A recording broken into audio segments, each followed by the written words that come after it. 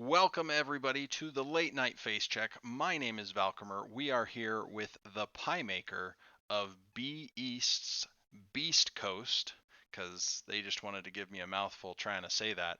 But they are currently the number one seed in A East going into the playoffs. Piemaker, thanks for being here. Yeah, thank you for having me on. So tell us a little bit about team dynamics. How is this run towards the playoffs treating you? What's going through everybody's heads? Team dynamics. I think everything's pretty great within the team. We've had a pretty good season so far, so that always helps, obviously, with team morale. Um, but I think everyone's pretty focused, excited. Things are always, pretty lighthearted with Beast Coast. Not taking anything too seriously, which I think is always, it makes it nice to have kind of a very fun environment. Um, but yeah, I we think we are all here everyone is playing a super video close. game, right? It's Exactly. Yeah. there's no money on the line, no one's getting fired. So Exactly. now where do you fit within the team besides being the one that was available to put up with Valcomer? Yeah. So I actually started the season as a sub. I'm kind of played a number of different roles, subbing in where needed. And currently am mostly subbing as kind of a range DPS slot for the playoffs. Nice, nice. And it's obviously been a good season. You guys are on top. Hmm. Anything that you can point at that you can say, hey, this has really helped us build a great season?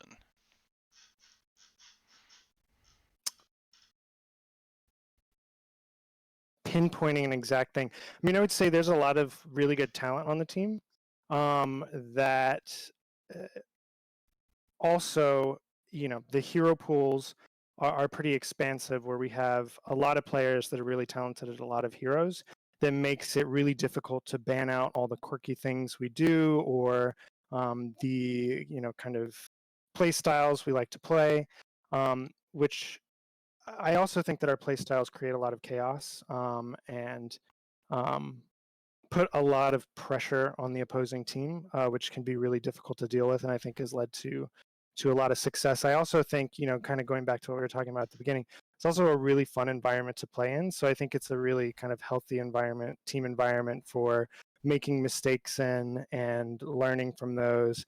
It makes, kind of coming in and doing more scrims a lot of fun, because there's not this like constant anxiety over messing up and having everyone, kind of butting heads. And instead, it's always like a very positive, kind of constructive environment. So I feel like the team we are now, is kind of, an improvement of the team we were at the start of the season too. Very nice, very nice. I should have looked to see how many heroes the team has played this season. I always find that to be a fun connection when someone's, especially when someone's saying, yeah, well, there's a lot of chaos, there's a lot of different, you know, niche heroes coming through, things like that, that makes it difficult for teams to plan. It's always fun to see some of those strategies. And so I play in C West, and the meta between C West and A East is entirely different. There's heroes that we seem to love and cherish that some of them translate over, but some of them don't. And there's heroes that y'all play up there that we're like, oh, that sounds cool, but I don't know about that. So, but Yeah. it is interesting to see those different metas, if you will, come to play, and just some of the amazing playmaking that goes on that level of play. So I imagine the team's feeling pretty confident going into the playoffs. Is there any team that you look at and say, oh, we had a really close match with them, we're looking forward to a rematch, or we may even worry that they may have something special planned for us? Yeah, so I would say the A East as a whole is pretty well balanced, because most of the games felt close. So, I know, uh, in the interview from the last game of the season, Muffin, our captain, kind of really highlighted that Insomnia was a team that 2-0 does during the regular season. They had moments where they looked really scary, have a lot of talented players, but they ended up actually losing in round 1 of the playoffs. So I think that's kind of a sigh of relief, because I think um, rather than wanting vengeance, I think the preference would be just not to even have to worry about that potential loss. But I would say, Parsley and Snag, who knocked him out, are scary. Obviously, Sky 5, the number 2 in the team, or in the division, is really scary. They're another team that puts a lot of pressure on a team to execute, and will take advantage of people within teams who aren't executing at a high level. Interestingly, I think Gilly Shark is a pretty scary team. Kind of playing against them for many seasons now, personally, and then knowing the talent that they have on that team. I know they certainly have the potential to make a surprise run through the playoffs. And honestly, I could list through all of the teams that are in the playoffs and explain why they're scary. I think it's actually a really well kind of balanced division, and would say kind of good job to the people at NGS who do the division selections. Yeah, props to the placement team. So, Mm-hmm. well, we look forward to some fantastic games. Now, you have given me a clip to go over here. We will, oh, we will now tab to it because I clicked the wrong button a few times. But we're here against Heroes of the United States. It is a 5th Triglav on Volskaya that we're fighting for here. And we've got Murda and Stoic as the announcers. Let's check this clip out. Hero, or a hero who is unaware. Durance of Hate will not go out. That was the And Twilight Dream missed again. Mega Muffin just teleporting around, creating all sorts of havoc. Connecting onto Thrall. Fissure's gonna hit as well, but the Sunder in response gonna keep Clyde alive for now. Hanzo finally goes down. Look at Mega Muffin chasing in this backside. Picks off the Malfurion as well. Can he make it 3? Yes, Johanna falls. And Mega Muffin surviving with 52 And finally, health. Zydron gonna make it 4 kills for Beast Coast.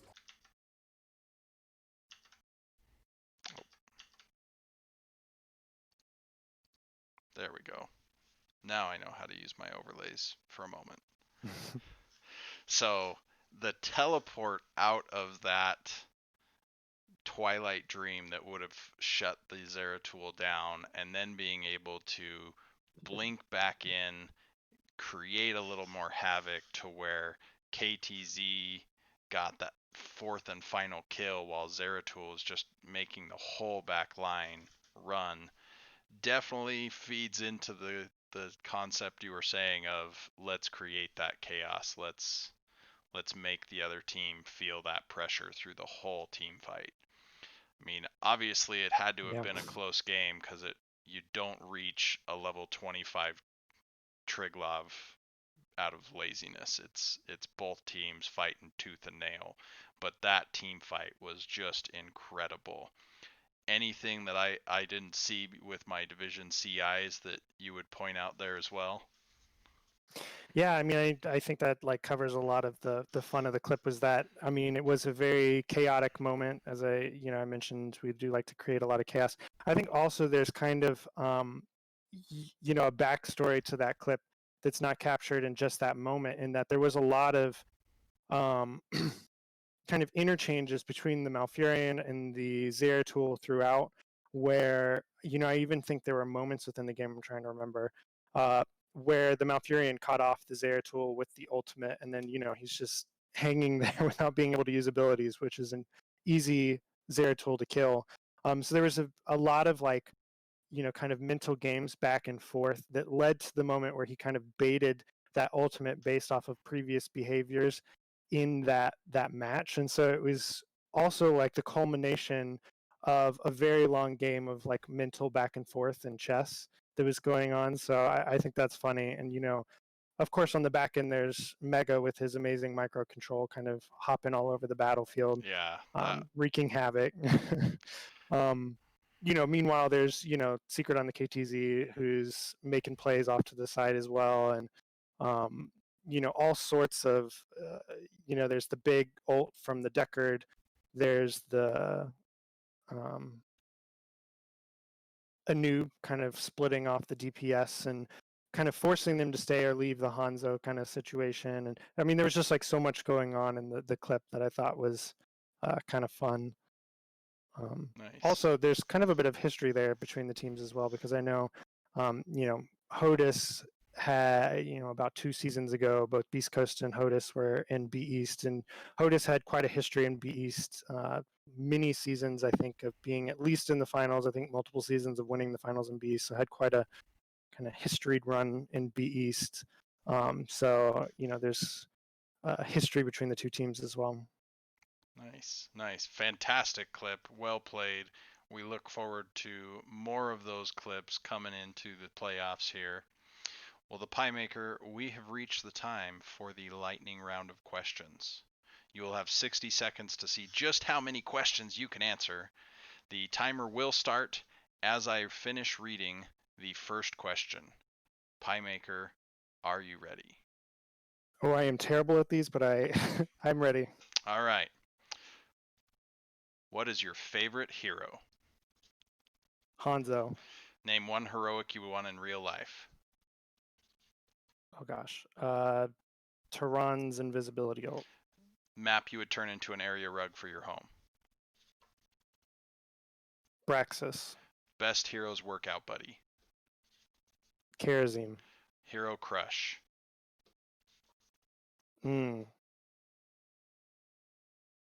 Genji. Best non-HOTS Blizz game. Best non-HOTS Blizz game. Oh, that's hard. StarCraft. Favorite caster. Favorite caster. Also hard.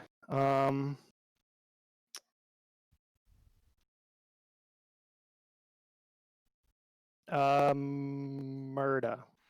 Worst talent in the game. Oh gosh, worst talent. Oh, and that's the time. Oh no. All right, so the caster one got you caught, my friend. You were doing pretty well, I thought. It was when you got to the caster, you got tongue-tied. So you have 1, 2, 3, 4, 5, 6, 7. A very respectable number, but I think if you had drawn a better shuffle, if you will, perhaps that caster one would have come in to not catch you quite as much. So my favorite answer was the best heroes workout buddy. Why do you feel that Karazim would be the best workout buddy for you to have? I mean, he looks like he has done all the workout programs. He I mean, obviously is incredibly built. He looks like he's done some yoga. He probably does would that be one finger push up with his taunt. Yeah, exactly. So I definitely think that he's got the discipline and the routine that's working out well for him. So there's always some good responses to that one, whether it's, Tychus from the beach, suns out, guns out type of thing, or, all over the board. So, but I think Karazim would probably be tough to keep up with, because I think his conditioning would far outpace my own, let's face it. So that is true. If I had to actually keep up with him, that would never work. yeah, at that point I'd be like, give me Roadhog or something for a workout buddy, because I think I can possibly keep up with him in the gym a little bit easier. So, well, it is your time for shoutouts, ThePiemaker. Who would you like to say hi to out there in the Nexus? Shoutouts. Well, I mean, so I think probably the first people to shout out to would be the Beast Coast team. As I mentioned, it's been a really fun team to play with. I think we have like 8 different team members, all of whom, are a blast to play with and have made this season a lot of fun. Shout out to all the people who kind of watch all the games. I know we have a lot of people who regularly watch us, and I think it's really fun kind of having that interaction. And as I mentioned, I was a sub, so I was in the audience as well for some of those games. So it's always fun to kind of have all the other people there along, cheering along. Other shout outs, I mean, definitely to the casters, the analysts, yourself and all the other content creators in NGS. I mean, I think this league creates a really fun experience that we wouldn't get to have otherwise. And I think, in the absence of HGC and kind of all these other competitive outlets that we used to have, it's really kind of filled a void and made it really fun.